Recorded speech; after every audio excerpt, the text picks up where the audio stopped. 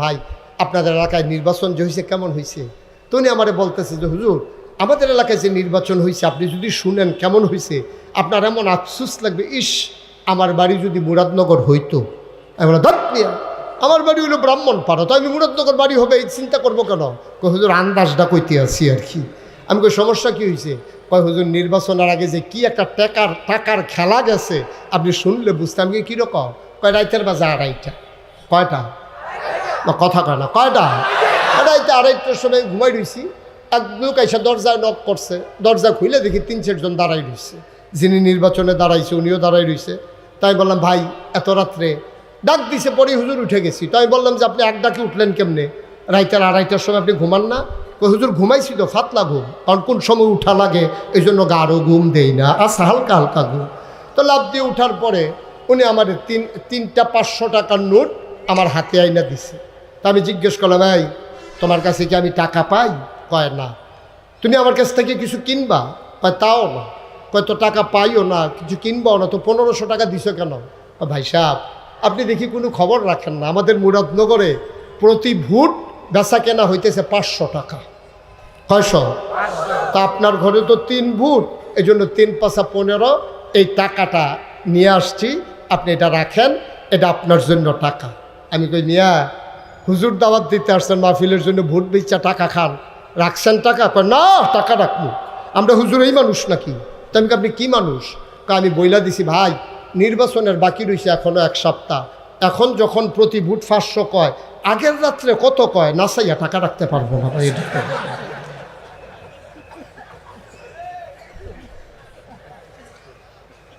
আহারে মুসলমান, 500 টাকার কাছে ইমান বিক্রি হয়ে যায়, 500 টাকার কাছে তার জীবন বিক্রি হয়ে যায়।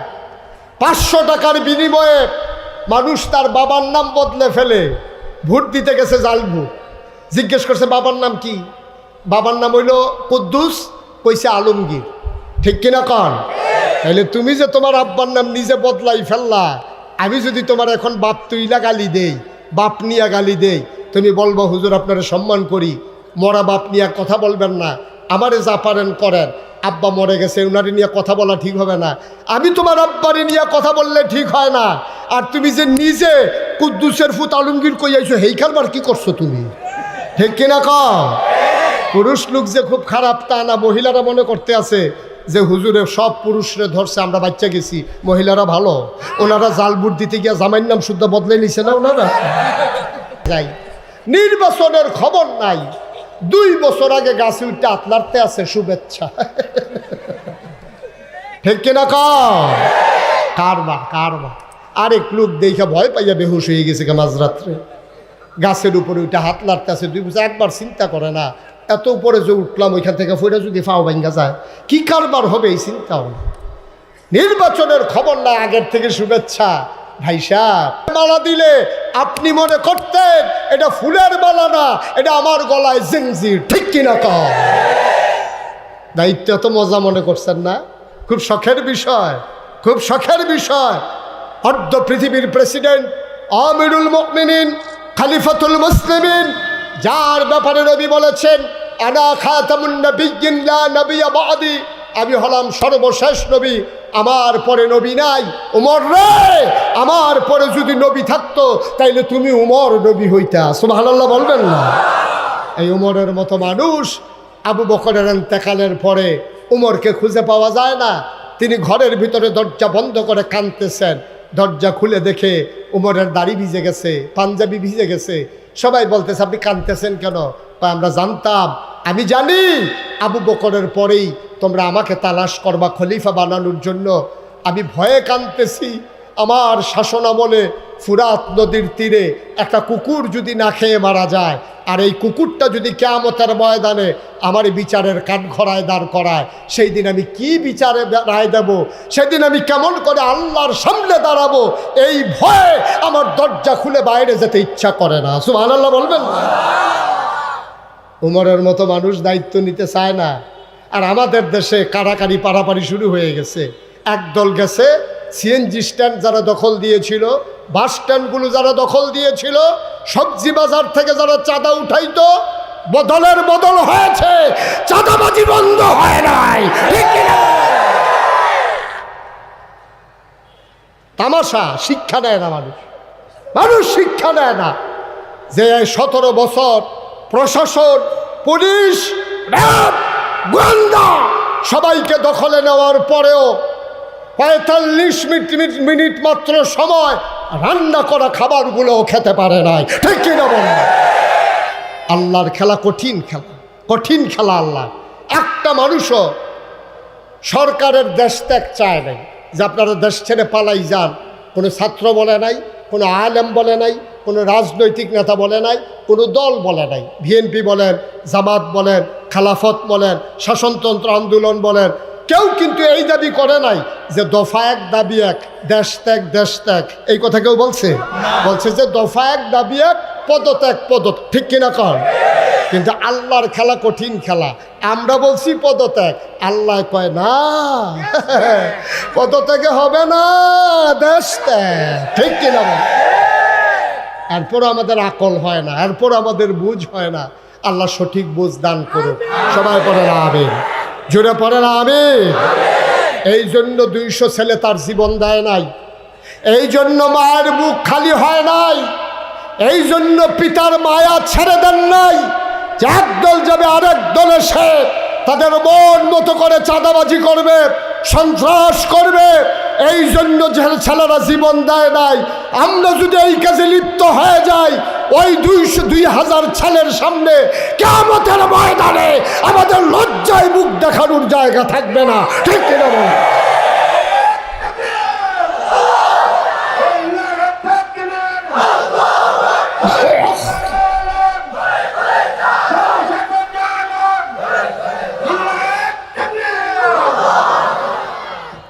সবাই পড়ে না আমিন, জোরে, আরো জোরে।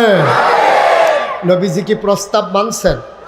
সূর্য দেওয়া যাবে, কত বড় কথা। সূর্য দেওয়া যাবে, চন্দ্র দেওয়া যাবে, এক আল্লাহর পথ থেকে চুল পরিমাণ সরানো যাবে না। ঠিক কিনা কন? বন্ধুরা আমার, ভাইরা আমার, কষ্ট হচ্ছে আপনাদের?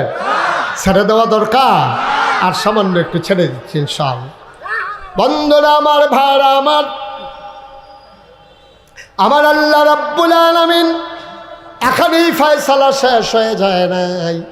মক্কার মানুষগুলো যখন দেখলো কোনোভাবেই নবীকে আপোস করা গেল না, এবার তারা দারুন নাদওয়ায় মিটিংয়ে বসে গেল। সিদ্ধান্ত হয়ে গেল মুহাম্মদকে আর জীবিত রাখা হবে না। বলো নাউজুবিল্লাহ। সবাই মিলে সিদ্ধান্ত হলো আল্লাহর নবীকে তারা হত্যা করে ফেলবে। আল্লাহ জানে না কি জানে না? আল্লাহ জিবরাইল রেডাইকা কয়, জিবরাইল, ও জিবরাইল তুমি কই? জিবরাইল কয়, মাওলা রাব্বে কারিম, এই তো জিবরাইল হাজির। কয়, যাও যাও যাও, আমার নবীর কানে কানে পৌঁছে দাও, নবী যেন প্রস্তুত থাকে, যে কোনো সময় ঘোষণা আসবে আমার নবী যেন মক্কা ছেড়ে মদিনায় চলে যায়। ও রাজশনের মুসলমান, ও সাভারের মুসলমান, মন দিয়ে শুনো, খেয়াল করে শুনো। নবীর জন্ম মক্কায়, শৈশব মক্কায়, কৈশোর মক্কায়, তারুণ্য মক্কায়, যৌবন মক্কায়, বিয়ে করলেন মক্কায়, মেয়ে বিয়ে দিলেন মক্কায়, নিজের বাড়ি মক্কায়, শ্বশুর বাড়ি মক্কায়, বেয়াইর বাড়ি মক্কায়, ব্যবসা করলেন মক্কায়, লেনদেন করলেন মক্কায়, থাকতে পারলেন না মক্কায়, চলে যাওয়া লাগলো মদিনায়। ঠিক কিনা? নবীকে বলা হলো প্রস্তুত থেকো। আল্লাহর নবী চিন্তা করলেন কার সাথে শেয়ার করা যায়। চরম পরম বন্ধু আবু বকর সিদ্দিককে কানে কানে ডেকে বললেন, কারো কাছে বলার দরকার নাই, তৈরি থেকো, যে কোনো দিন আমরা চলে যাব। আবু বকর বাড়িতে গেলেন, 2টা উটও তিনি কিনলেন, এক ইহুদির বাড়িতে রেখে দিলেন। ইহুদিকে বললেন, লালন পালন করো, আমি তোমার জন্য টাকা যা লাগে দেব। মুসলমান খেয়াল করে শোনো, ইহুদির বাড়িতে উট লালন পালন হয়, আর আবু বকর সিদ্দিক ঘরের ভেতরে যখন যায়, রাতের বেলা দরজায় হেলান দিয়ে ঘুমায়। আবু বকরের স্ত্রী ডাক দেয়া কয়, স্বামী আমার, এইভাবে মানুষ ঘুমায় নাকি? দরজায় হেলান দিয়ে ঘুমানো যায়? আপনি বিছানায় আসেন। আবু বকর সিদ্দিক মনের কথা কয় না। কেন সে তিনি বিছানায় যান না? আবু বকরের বিবি ডাক দেয়া কয়, স্বামী আমার, এইভাবে ঘুমাইলে তো আপনি অসুস্থ হয়ে যাবেন। কতদিন দাঁড়িয়ে দাঁড়িয়ে ঘুমানো যায়, আপনি তো অসুস্থ হয়ে যাবেন। আবু বকর সিদ্দিক কয়, নবীজি যে কোনো সময় আসতে পারেন, এই জন্য আমি বিছানায় যাই না। কয়, বিছানায় গেলে সমস্যা কি? ডাকবে যখন উঠে যাবেন। এবার আবু বকর সিদ্দিক ডাক দেয়া কয়, বিবি গো, নবী যদি ডাকে, এক ডাকের বেশি দুই ডাক দেয়, অনেক কষ্ট হবে নবীজির। আপনার এখন তো না ঘুমাইয়া কষ্ট হয়। আবু বকর সিদ্দিক কয়, আমি আবু বকর কষ্ট সইতে পারবো, কিন্তু নবীর কষ্ট আমি আবু বকরের বরদাস্ত হবে না।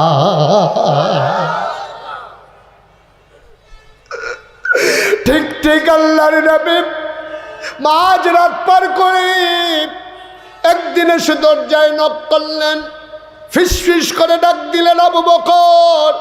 শত্রুরা যেন টের পেয়ে না যায়। আল্লাহর নবী আস্তে করে ডাকলেন, আবু বকর। আবু বকর দরজা খুলে দিয়ে কয়, লাব্বাইক ইয়া রাসূলুল্লাহ, আপনার আবু বকর হাজির। আল্লাহর নবী কয়, আবু বকর তুমি কি ঘুমাও না? কই ঘুমিয়ে তো ছিলাম। কয়েক ডাকে টের পাইলা কেমনে? আবু বকর ডাক দেয়া কয়, নবী গো, আপনি যখন ডাকছিলেন তখন তো আমার পিঠে দরজায় লাগানো। আপনি যখন ডেকেছেন তখন তো আমি দরজার ভিতরে পিঠ লাগিয়ে দাঁড়িয়ে আছি। করে বলে কি, তুমি কি বিছানায় ঘুমাও না? কই যেই দিন বলেছিলেন তৈরি থেকো, এরপর থেকে আবু বকরের পিঠ আর বিছানায় লাগে নাই। কয়টা কেমন কথা, কিভাবে সম্ভব? আবু বকর সিদ্দিক কয়, সম্ভব। লাভ does not keep A record of রং। ভালোবাসা কখনো ভুলের হিসাব রাখে না। ভালোবাসা যখন গালেব হয়ে যায়, ভালোবাসা যখন জয়ী হয়ে যায়, কষ্টের কথা তখন আর মনে থাকে না। আল্লাহর নবীরে ডাক দিয়ে আবু বকর কয়, নবী গো, আপনি দরজায় দাঁড়িয়ে আমারে ডাকবেন আর আমি নাক ডেকে ঘুমাবো। আপনার আবু বকর এমন আবু বকর না। ও নবী, আপনার যেন কষ্ট না হয়, এই জন্য দরজায় পিঠ লাগাইয়া আমি দাঁড়িয়ে দাঁড়িয়ে ঘুমিয়েছি। আল্লাহর নবী ডাক দেয়া কয়, আবু বকর তোমার কষ্ট হয়